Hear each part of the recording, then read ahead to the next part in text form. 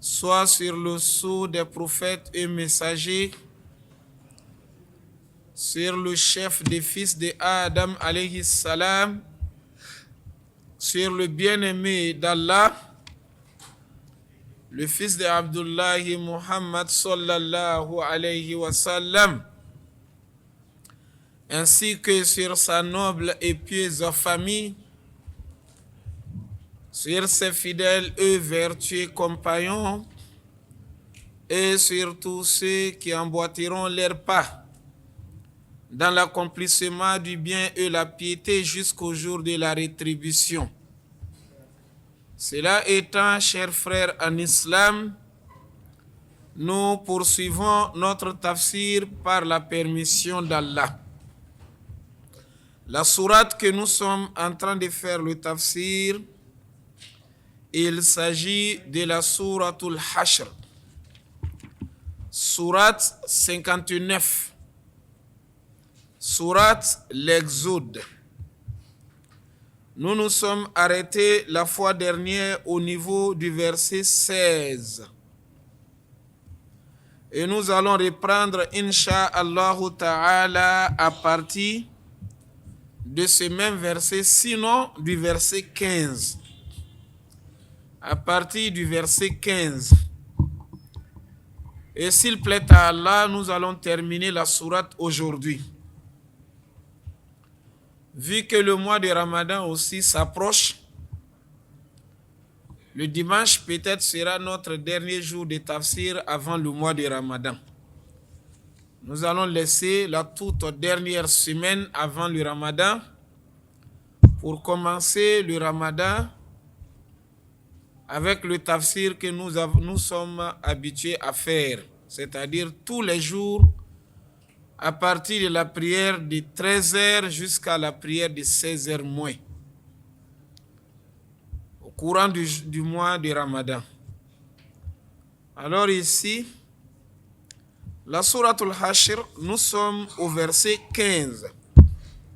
On reprend un peu à partir de là et on va essayer de raconter l'histoire que nous avions dit la fois passée, car c'est lié au verset 16.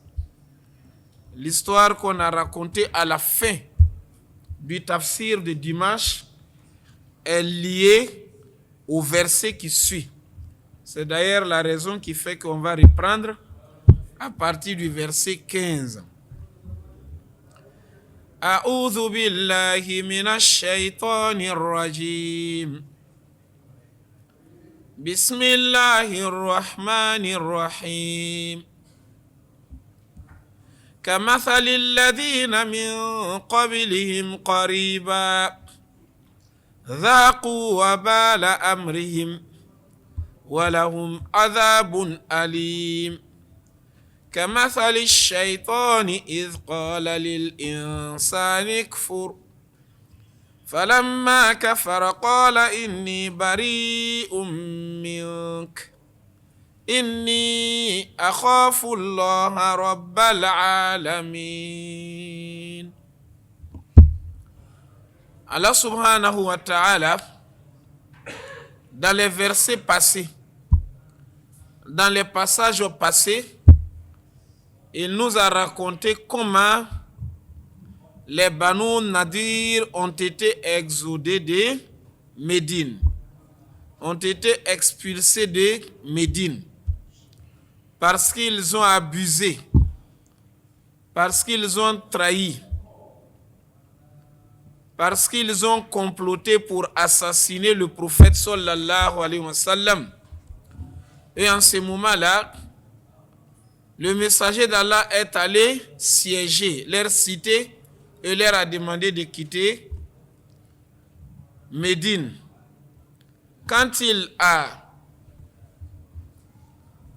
Lorsque le messager d'Allah a signé ce décret-là, ils doivent quitter Médine. Ils sont restés encore 10 jours, ils ne sortaient pas. Pourquoi? Parce que les hypocrites qui se faisaient des musulmans sont partis leur dire: ne sortez pas. Si on vous chasse de Médine, nous serons à votre côté. Nous serons à vos côtés. si on veut vous combattre, nous serons devant eux pour les combattre. On ne va jamais accepter qu'on vous fasse du mal. C'est pour cela qu'il s'était entêté. Mais Allah subhanahu wa ta'ala, il a dit que lui, il sait bien qu'ils sont des menteurs. Wallahu yashhadu innahum lakadhibun. Allah a dit, ce ne sont que des menteurs, ils ne peuvent pas aider. Ils sont des hypocrites. Et lorsque les Juifs ont été en ce moment expulsés, ils ont disparu. Ils n'ont pas aidé. Ils se sont cachés. Les Juifs sont partis de Médine, Banu Nadir, qui était l'une des 3 tribus des Juifs, 3 tribus juives à Médine.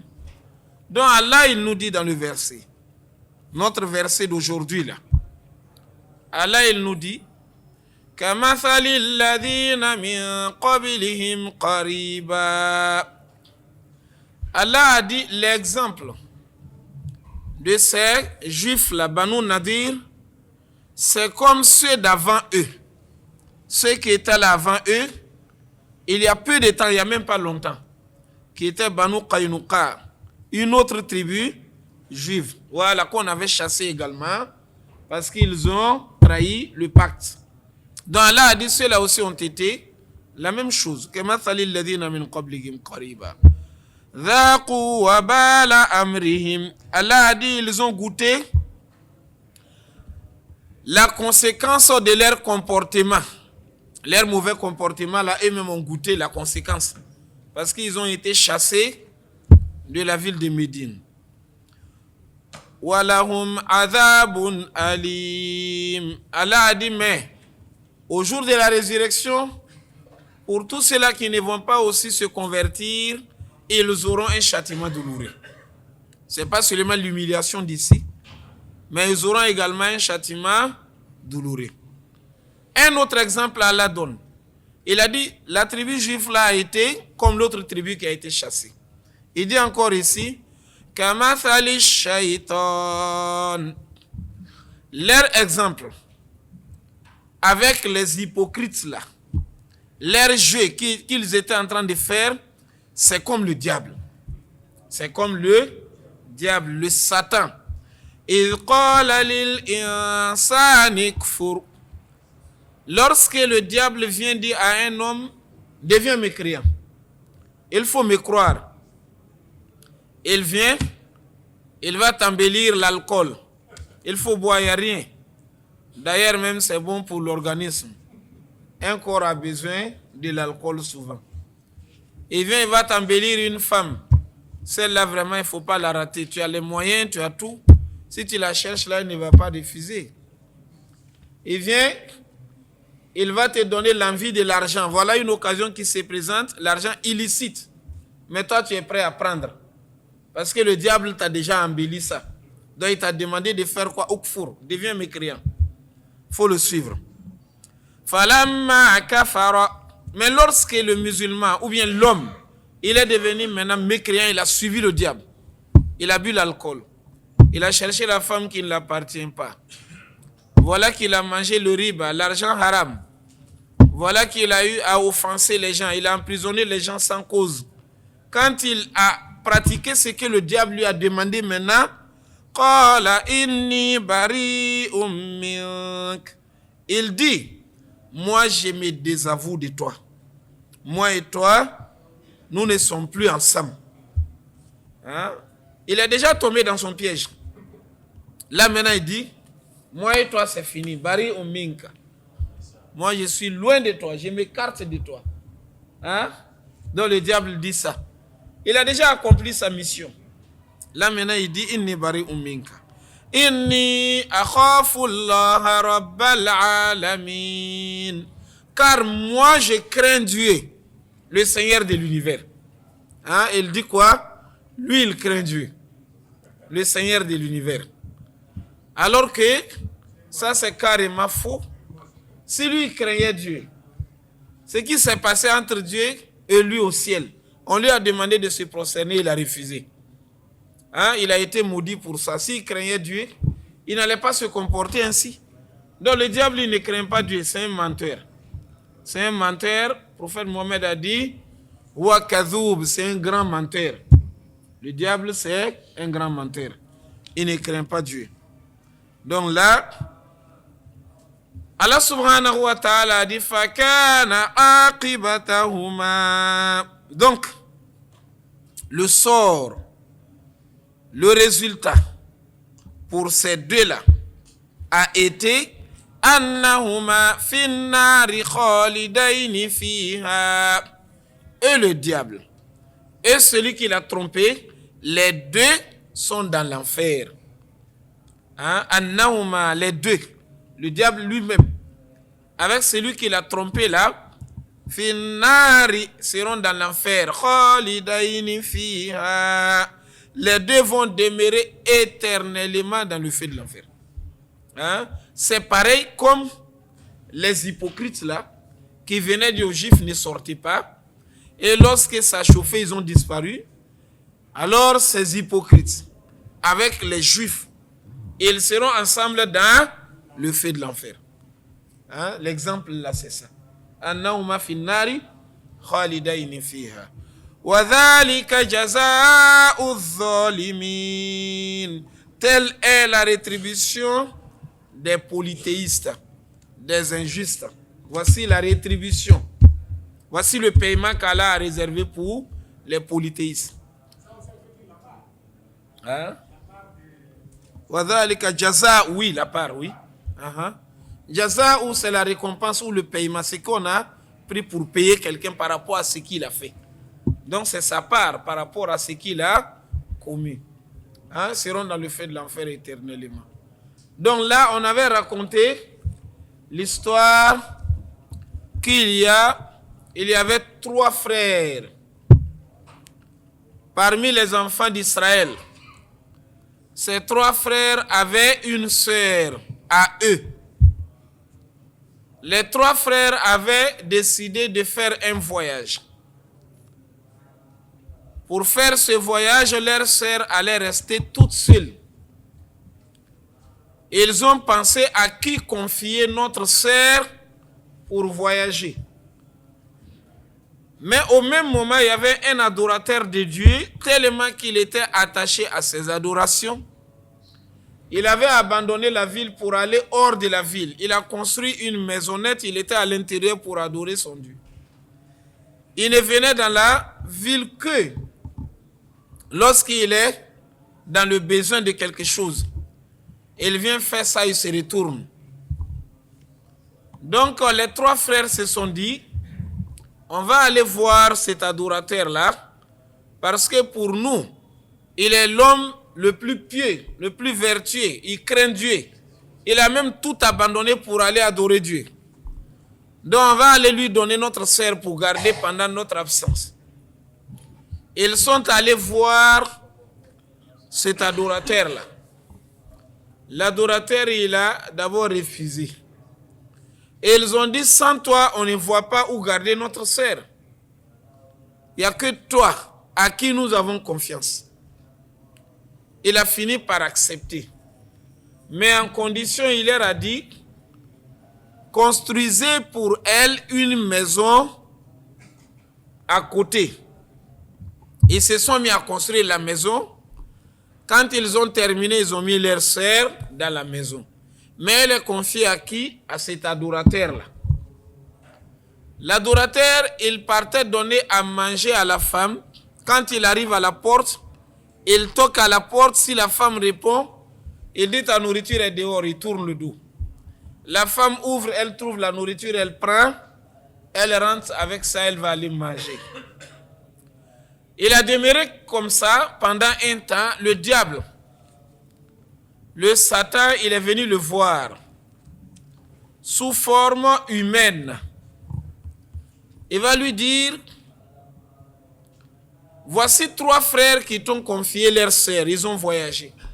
La sœur là ne connaît que toi. La sœur là, elle ne voit que toi. Mais de la façon dont tu la traites là, c'est pas normal. Pourquoi tu ne peux pas attendre qu'elle sorte, tu lui donnes d'abord la nourriture avant de te retourner. Mais tu déposes la nourriture, tu pars, tu ne la vois même pas, elle est dans quel état? L'homme a dit, ça c'est vrai. Il a changé de système. Quand il amène quelque chose pour la femme, il attend. La femme ouvre la maison, il donne ça à la femme. Il salue et il s'en va. Il a encore continué comme ça quelque temps, le diable est revenu. Il lui a dit, ce que tu fais là n'est pas suffisant. Tu ne rentres même pas dans la maison voir la femme, dialoguer avec elle. Qu'est-ce qui ne va pas dans sa maison? Tu restes seulement dehors. Lui, il a dit ça aussi. C'est vrai. Pour mieux m'occuper d'elle, il faut que je puisse quand même rentrer dans la maison voir comment elle dort. Il a encore changé de système. Quand il vient avec quelque chose, il rentre dans la maison. Il a demeuré comme ça encore un moment. Le diable est revenu. Il vient le voir. Voilà, quand tu amènes quelque chose, tu rentres dans la maison, tu déposes et tu sors. Mais tu dois attendre, elle mange devant toi, tu vas d'abord causer avec elle, savoir sa situation. Il a encore changé, il a commencé à rentrer dans la maison, attendre la femme. Elle mange d'abord. Voilà. Il a pratiqué ça pour un temps encore, le diable vient maintenant. Là, il est allé pas à pas. Il va embellir la femme. Lorsque le Satan veut amener un homme à chercher une femme, tout ce que tu vois sur la femme là n'est que du bon. Elle est belle, elle est charmante, elle est élégante. Tu ne vois pas ses défauts. En ce moment-là, tu ne vois pas aucun défaut. C'est comme nous-mêmes, on a l'habitude de dire, l'amour rend aveugle. Hein? Donc, l'homme devient aveugle en ce moment, il ne voit rien. Il ne voit que le bon. Donc le diable a fait de sorte que lui, il est tombé amoureux de la femme. Il ne voit que la beauté de la femme. Et voilà, il a fini par faire quoi? Par forniquer avec elle. Mais avec ça, le diable n'a pas encore atteint son objectif. Voilà pourquoi il ne faut pas négliger un péché. On te dit ça c'est interdit. Pour toi non, ça c'est rien. On te dit serrer la main d'une femme étrangère. Oh non, ça fait rien. Je ne vais pas avoir l'envie d'elle. Il serre la main des femmes d'autrui. Il est même commerçant là-bas. Une cliente, il va venir mettre sa main sur son cou. Nos commerçants là, ils font ça là-bas. Hein? Pour appeler la femme dans sa boutique, il va tenir sa main. Ah, maman, viens ici. Ou bien il va mettre sa main sur son cou. Il va les chaussures, il va prendre le pied de la femme, faire entrer dans la chaussure qu'il veut. Hein? Il met la chaussure, lui-même il soulève le pied de la femme. Ou bien, il prend la chaussure, il va faire entrer. On te dit, ne touche pas au corps d'une femme étrangère. C'est comme ça que ça vient. Le diable, il vient pas à pas, doucement, doucement. Tu vas finir par tenir sa main, après ça sera le bisou. Après le bisou, là, ça sera le rendez-vous. Le rendez-vous, là, va finir par la fornication. Lorsque tu vas arriver à l'objectif, le diable, maintenant, il va dire, moi, je ne suis plus avec toi. Comme il a fait ici, là. Donc là, le monsieur, quand il a forniqué avec la femme a porté une grossesse directement. Elle est devenue enceinte. Il est revenu voir l'homme, il dit, la femme là, si elle met au monde, toi tu es foutu. C'est à toi qu'on a confié. Le mieux ici là, sera de la tuer. Il n'y a personne avec toi. Tu la tues. Et les villageois, ils vont venir t'aider, vous allez enterrer, c'est fini. Ils ne vont pas savoir la cause. Lui aussi, il a regardé, ah, la honte qui m'attend, c'est celle-là met au monde. Il a tué la femme. Il a fini de tuer la femme. Il est parti, il dit, voilà, je l'ai trouvée morte comme ça. On l'a aidé. La femme a été enterrée. Mais les trois frères là, depuis là-bas, ils ont rêvé tous les trois que leur sœur a été tuée par l'adorateur. Enterrée également. En ce moment-là, et ils ont fini leur mission, ils sont revenus. Ils arrivent, ils vont aller voir l'adorateur, il a dit que leur sœur est décédée. Elle a été enterrée. Ah non. Celui a rêvé, l'autre a rêvé, l'autre aussi a rêvé. Ça, c'est pas pour rien. Et ils ont dit, nous avons rêvé le même jour, la même chose, que notre sœur, tu l'as tuée. Finalement, l'homme n'a pas pu discuter. Il a reconnu. C'est lui qui l'a tué. Là maintenant, il a été arrêté. On l'a arrêté, on doit aller le tuer à la place de celle qui l'a tué. On l'a pris. En train d'aller avec lui là où on doit le tuer, le diable n'a pas encore fini sa mission. Le Satan, il n'a pas encore terminé. Parce que jusqu'alors, l'homme, il est musulman. Hein? Quand on fait la fornication, on est toujours musulman. Quand on tue, on est toujours musulman. Hein? Donc, jusqu'alors, il est musulman. L'objectif du diable, c'est qu'il quitte l'islam. Il est revenu. Pendant qu'on est en train de conduire le monsieur à aller le tuer, il a dit au monsieur, est-ce que tu me reconnais? Le monsieur a dit, bien sûr. C'est toi qui étais venu me voir pour la première fois, tu as dit ça. Tu étais revenu, tu as dit ça. Bon, la situation que tu te trouves dedans là, il n'y a que moi seul qui ai la solution. Si tu acceptes ce que je te dis, je vais te sauver de là où tu es parce que c'est moi qui t'ai conduit à ça. C'est moi qui t'ai conduit à ça. Donc voilà. Il a demandé la solution, c'est quoi? Là où on est en train de l'amener pour le tuer, le diable a dit, il faut faire un soujoud pour moi, je vais te donner la solution. L'homme a fait le soujoud pour lui. Mais quand on fait soujoud pour une autre créature, on est devenu mécréant. On n'est qu'à faire directement. Le soujoud est réservé pour Allah. Mais tu fais ça pour une créature dans le cadre de l'adorer, terminé. Tu n'es plus musulman. Quand il a fait soujoud maintenant, là le diable a eu ce qu'il voulait. Hein? Allah a dit l'exemple c'est comme le diable. Lorsqu'il a dit à l'homme, deviens mécréant. Il a dit à l'homme, fais le soujoud pour moi. Et lorsque l'homme l'a accepté, il a fait le soujoud. Il dit, moi, je m'écarte de toi. Je ne te connais plus. Bari ummik. Inni akhafullaha rabbal alamin. Car moi, je crains Dieu, le Seigneur de l'univers. dont toi et moi c'est terminé. Parce qu'il a déjà eu cet homme-là. Fakana aqibatahuma. Allah a dit, mais la conséquence pour ces deux-là, pour l'homme avec le diable, Allahumma finnari khalidaini fiha, c'est qu'ils seront tous deux dans le feu de l'enfer et ils vont demeurer éternellement. Khalidaini fiha. Wa dhalika jazaa'u dhalimin.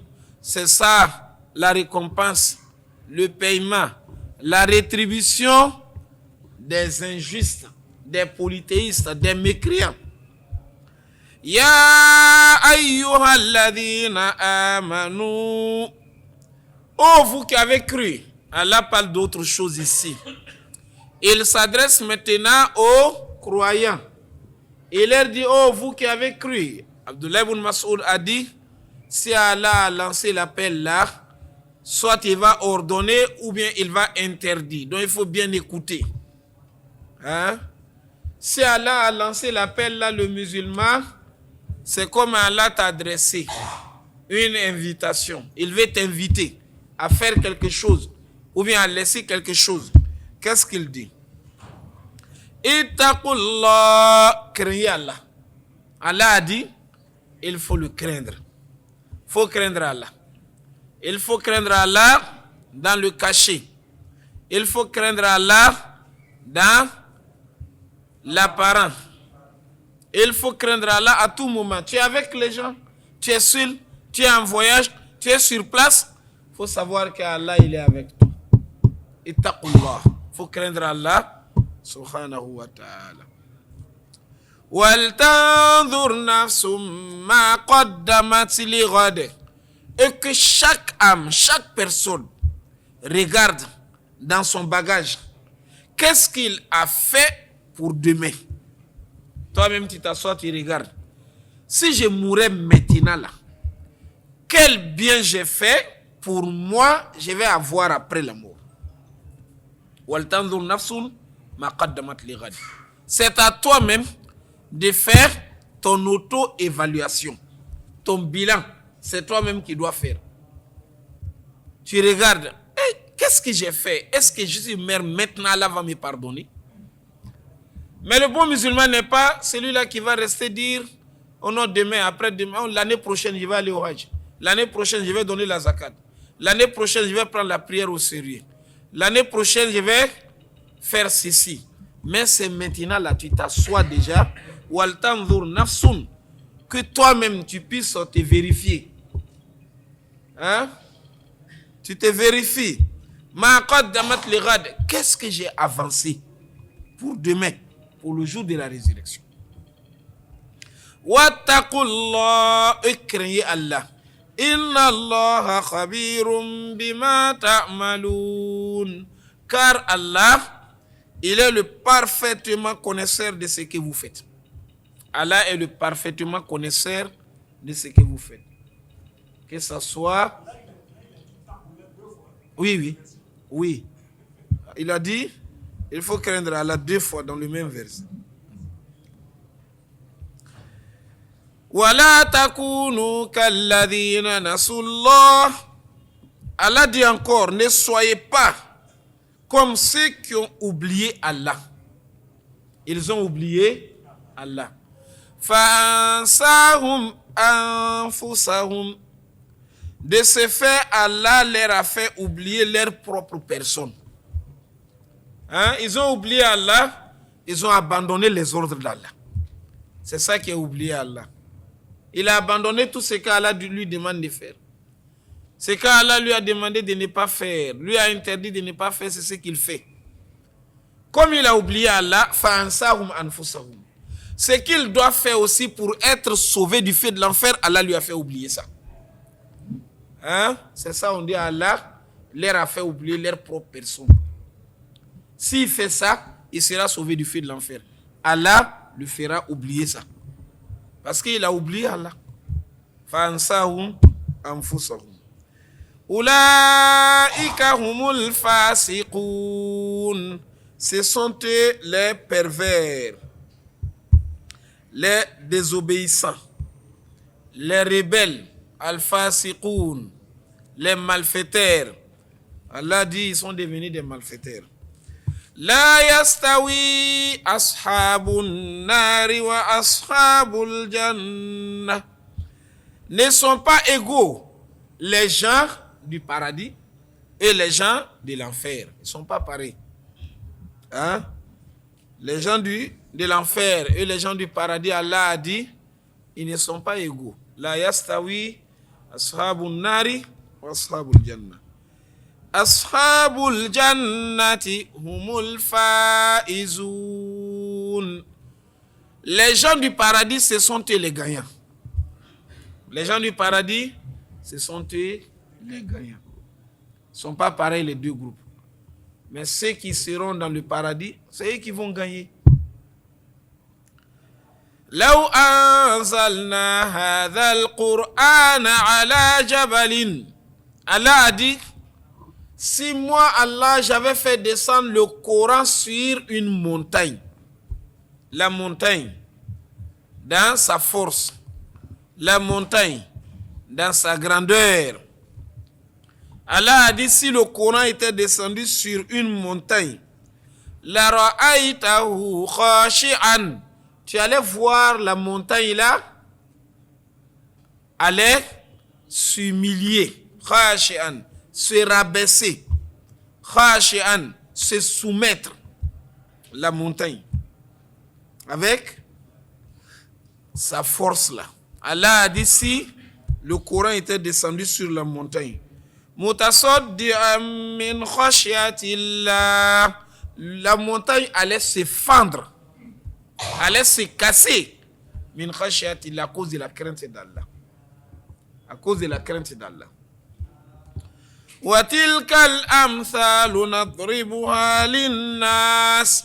Voici l'exemple que lui, Allah, il donne aux gens.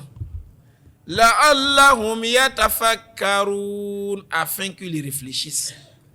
Donc la montagne, si Allah lui avait donné la capacité de méditer, savoir ce qui est dans le Coran, pour écouter, et qu'on faisait descendre le Coran sur la montagne, là, on allait voir la montagne se fendre. Ça veut dire que c'est un livre beaucoup puissant. Mais c'est descendu sur l'homme. Qu'est-ce que ça a changé dans l'homme mécréant? Zéro. Voilà pourquoi Allah a dit quelque part ثُمَّ قَسَتْ قُلُوبُكُمْ فَهِيَ كَالْحِجَارَةِ أَوْ أَشَدُّ قَسْوَةً. Vos cœurs sont devenus durs. C'est comme les pierres. Ou c'est même plus dur que la pierre.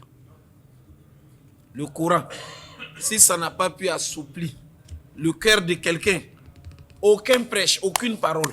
Si la parole de Dieu n'a pas pu changer ton cœur, ce n'est pas la parole des prédicateurs. Le plus grand prédicateur du monde, on va l'amener zéro. Le Coran, c'est la parole d'Allah. C'est fort. Allah a dit si la montagne écoutait, la montagne méditait pour réfléchir ce que le Coran dit et qu'on faisait descendre sur la montagne, elle allait s'humilier, elle allait se fendre, elle allait se casser, la montagne. Hein? وَتِلْكَ الْأَمْثَالُ نَضْرِبُهَا لِلنَّاسِ هُوَ اللَّهُ الَّذِي لَا إِلَهَ إِلَّا هُوَ. C'est lui Allah. Il n'y a aucune divinité digne d'adoration à part lui. C'est lui Allah. Il n'y a pas un autre Dieu qu'on doit adorer si ce n'est pas lui. Allah, c'est son nom. Et lui-même, il s'est donné ce nom-là. Il a demandé les humains, est-ce que vous voyez un homonyme à moi? Est-ce qu'il y a un homonyme à Allah qui porte le nom Allah? Ça n'existe pas. Tu ne verras personne qui s'appelle Allah. Même les mécréants qui aimaient contredire ce que le Coran dit.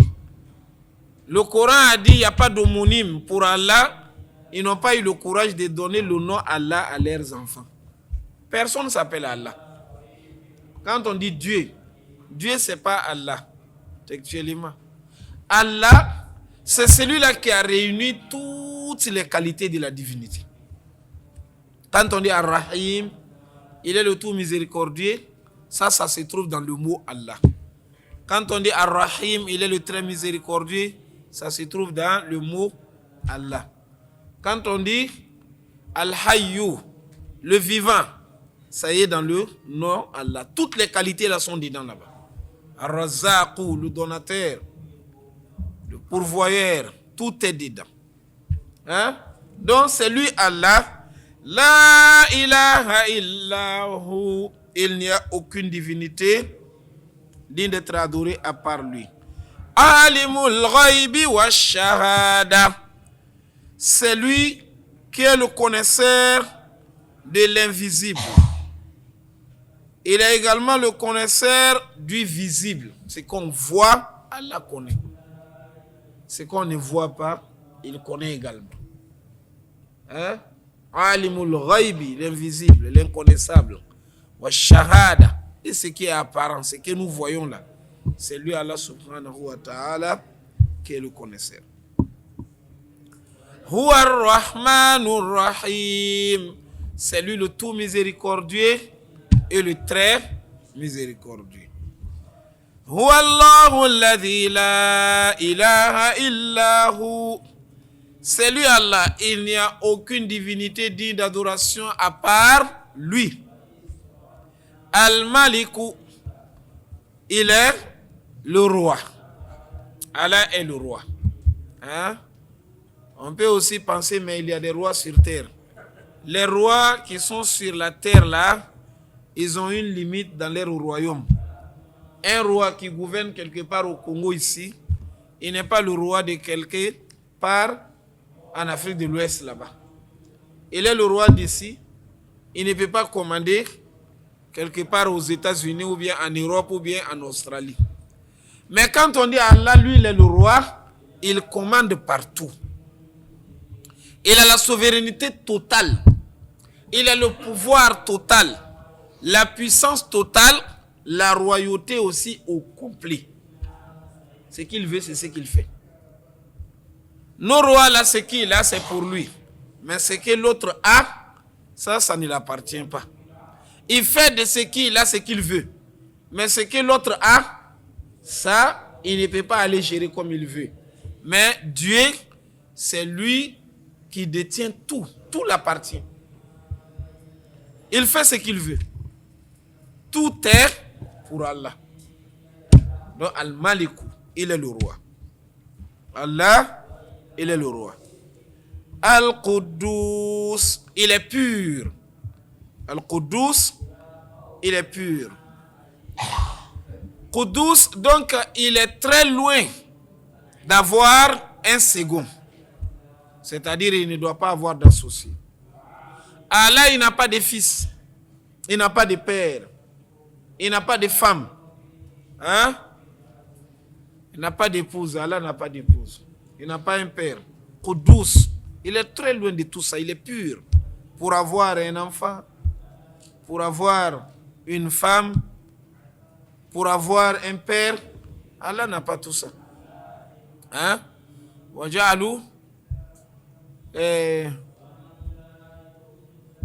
وجعلوا بينه وبين الجنة نسبا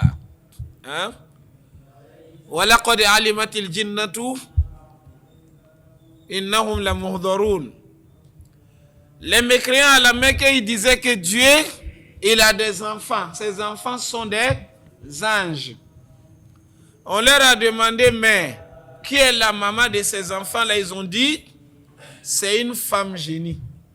C'est une femme parmi les djinns là-bas. Qui est leur maman, donc la femme là, qui est la femme de Dieu, Ma'adallah. Allah a dit Al-Quddus, lui il est pur, il ne peut pas avoir d'enfant. Lui Allah, il n'a pas d'enfant.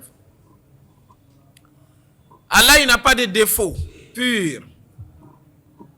Il n'a pas aussi besoin de quelqu'un qui va l'aider. Al-Quddus.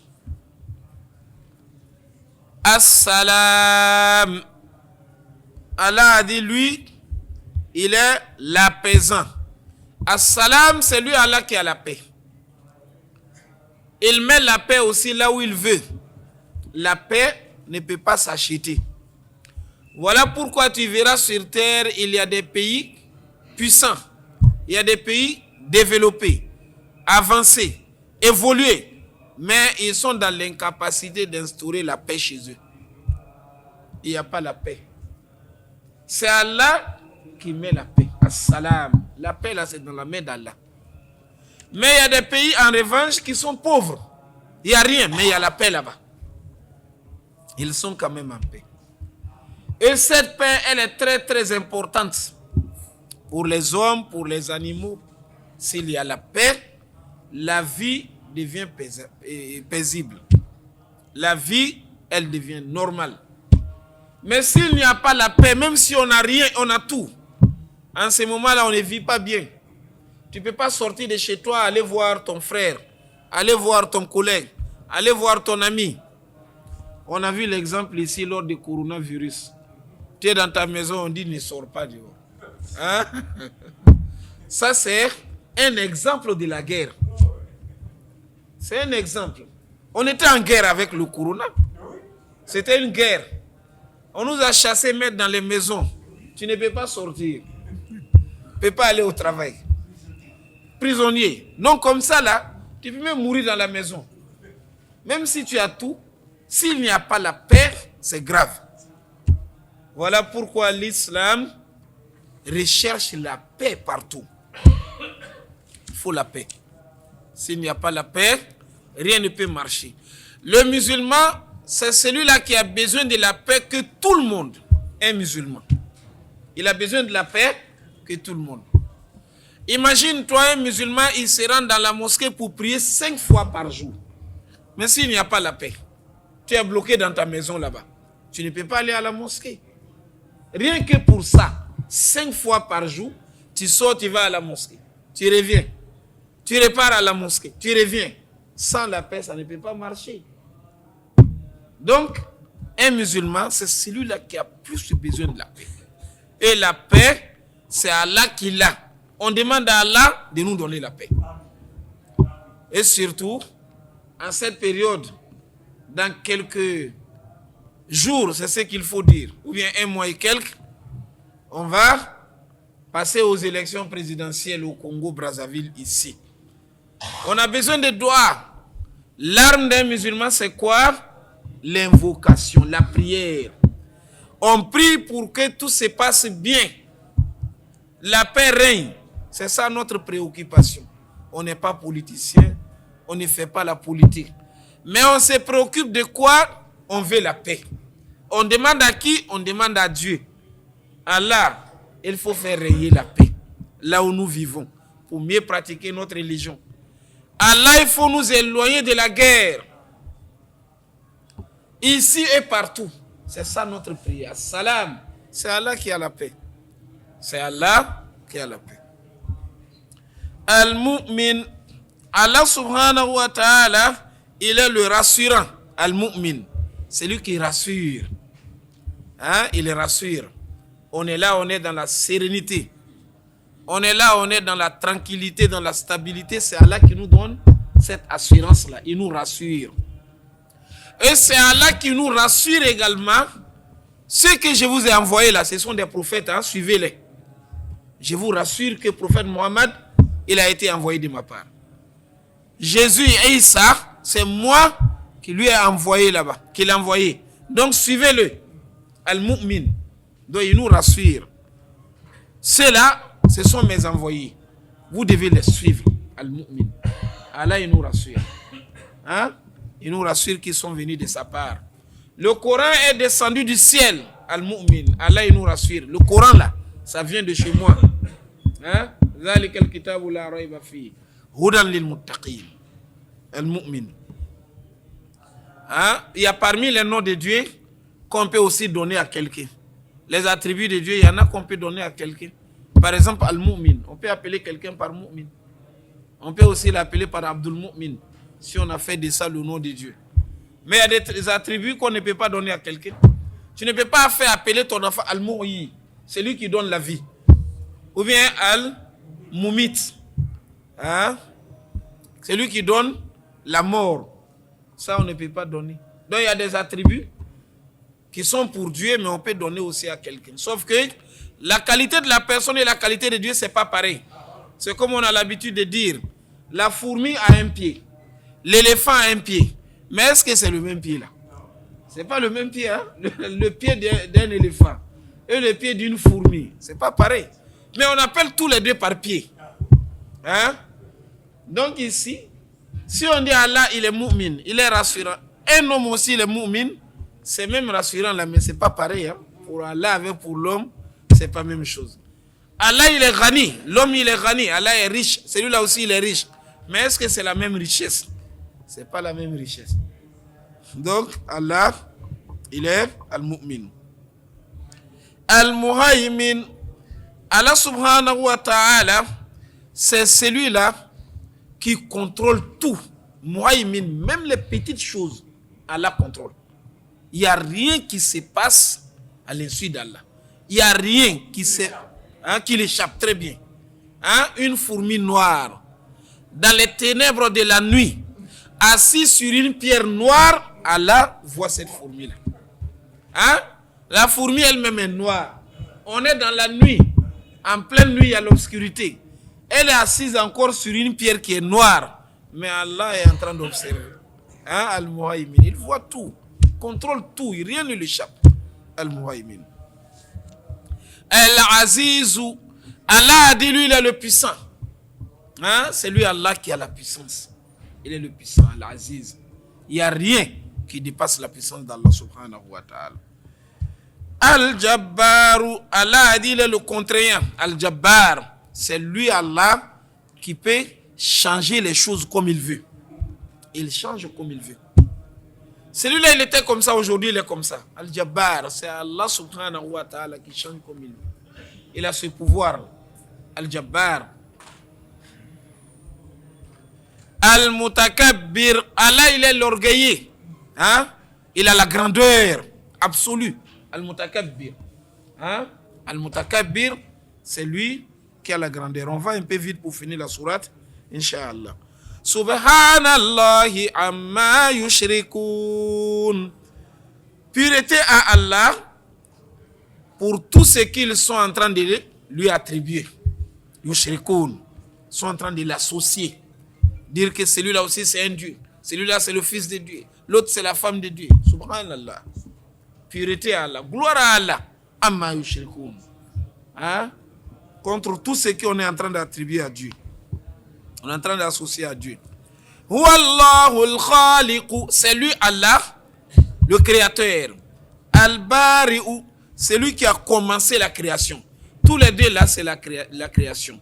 Mais Al-Bari'u, la chose n'existait même pas. Il a créé pour la première fois. Maintenant, Al-Khaliqu, c'est lui qui est en train de créer. Peut-être son exemple existait déjà. Il a créé encore d'autres. Comme notre père Adam, il était déjà là. Après, il a créé encore Isa. Al-Khaliq wal-Bari. Al-Musawwir, c'est lui Allah subhanahu wa ta'ala qui façonne comme il veut. Hein? Il va façonner comme il veut. Il fait de celui-là, il est court, l'autre il est long, l'autre est blanc, l'autre est noir. Al-Musawwir. Hein? Lahul asma'ul husna. Il a des bons noms. Allah a des bons noms. Des jolis noms. Yusabbihu lahu ma fis samawati wal ard. Tout ce qui est dans les cieux ainsi que sur la terre est en train de glorifier Allah. Glorifier Allah. Wa huwa al-azizul hakim. Il est le puissant, il est le sage. Il est le puissant, il est le sage.